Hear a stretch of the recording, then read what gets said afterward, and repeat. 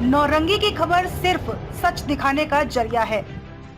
1 जून है, मौसम काफी गर्म चल रहा है पूरे देश में, लेकिन अब कुछ संभावना है कि बारिश कुछ दिनों में आ सकती है। लेकिन 4 तारीख को अंतिम निर्णय आना है कि केंद्र में किसकी सरकार बनेगी, कहां कौन जीतेगा। इससे अलग हटकर एक चर्चा हो रही है, वह चर्चा हो रही है पुलिस मुख्यालय पर। और पुलिस मुख्यालय में मुझे एक रिटायर्ड पदाधिकारी ने कहा कि 1989 और बिहार के डीजीपी हैं 90 बैच के, 1990 बैच के आईपीएस पदाधिकारी हैं राजविंदर सिंह भट्टी। और 89 में एक फिल्म रिलीज हुई थी, फिल्म का नाम था राम लखन। उसमें एक गाना गाया गया था, मेरे 2 अनमोल रतन। अब मुझे रिटायर्ड डीजीपी ने कहा कि भाई ये पुलिस मुख्यालय का अनमोल रतन है या डीजीपी साहब के अनमोल रतन है। सरकार को इन अनमोल रतन की जानकारी है या नहीं?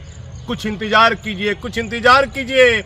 एक गाना रिलीज हुआ था, थोड़ा इंतजार का मजा लीजिए तो आपको हम बताएंगे कि डीजीपी साहब के वह 2 अनमोल रतन हैं या वह 2 अनमोल रतन पुलिस मुख्यालय के हैं। एक आईपीएस है 2005 बैच के और एक आईपीएस है 2002 बैच के। डीजीपी साहब 19 दिसंबर 2022 को पदभार ग्रहण किया। पूरे हिंदुस्तान में चर्चा होने लगी कि ये पहला किसी राज्य का ऐसा डीजीपी है जो आम जनता से जनसंवाद नहीं करते हैं। हमारे डीजीपी साहब इतने ईमानदार डीजीपी साहब हैं कि आम जनता की ये समस्या नहीं सुनते हैं। हर कोशिश की कि लोकसभा चुनाव में नोडल पुलिस अफसर आईजी मुख्यालय को बना दिया जाए। गैंगवार साहब एडीजी हेडक्वार्टर को ही नोडल पुलिस अफसर बनाया जाता है, चुनाव में उनको नोडल अफसर के रूप में तैनाती कर दी जाती है। ये चर्चा होने लगी, लेकिन गैंगवार साहब और डीजीपी साहब दोनों के बीच का प्रेम पुलिस मुख्यालय में चर्चा का विषय बना हुआ है।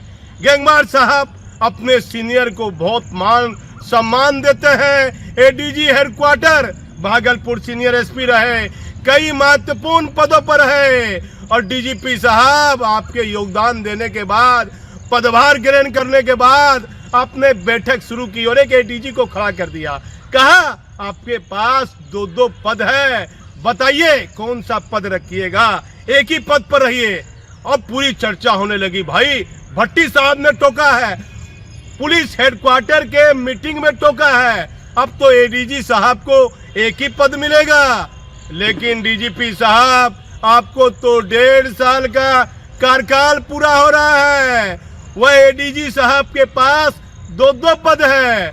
नीतीश कुमार के सुशासन में सरकार के कई महत्वपूर्ण अपर पुलिस महानिदेशक के पास, किसी के पास 2 पद है, किसी के पास 3 पद है। अब हम आपको बताएंगे, आप हमारे दूसरे समाचार का इंतजार कीजिए। वह 1989 का गाना है राम लखन फिल्म का कि मेरे 2 अनमोल रतन। तो वह 2 अनमोल रतन पुलिस मुख्यालय के कौन है और डीजीपी साहब के वह 2 अनमोल रतन कौन है, मैं उनकी महत्वपूर्ण कार्यों की जानकारी आपको अगले समाचार में दूंगा। लेकिन कई सम्मानित दर्जनों आईपीएस पदाधिकारी पुलिस मुख्यालय में बैठते हैं।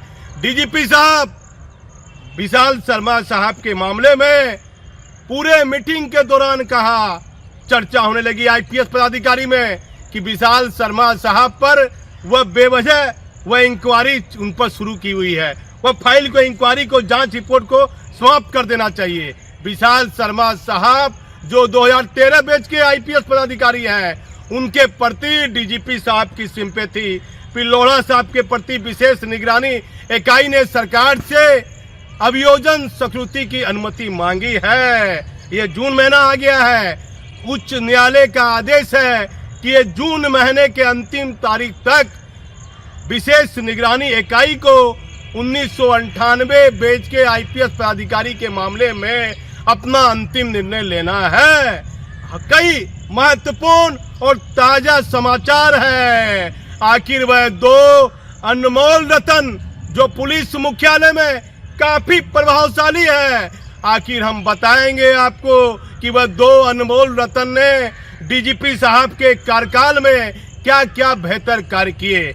हमारा कार्य नहीं है किसी भी आईपीएस और आईएएस पदाधिकारी की प्रतिष्ठा का हनन करना। जो सच होता है वह हम दिखाने का काम करते हैं। आप हमारे चैनल पर बने रहिए। मैं भागलपुर से दीपक नौरंगी।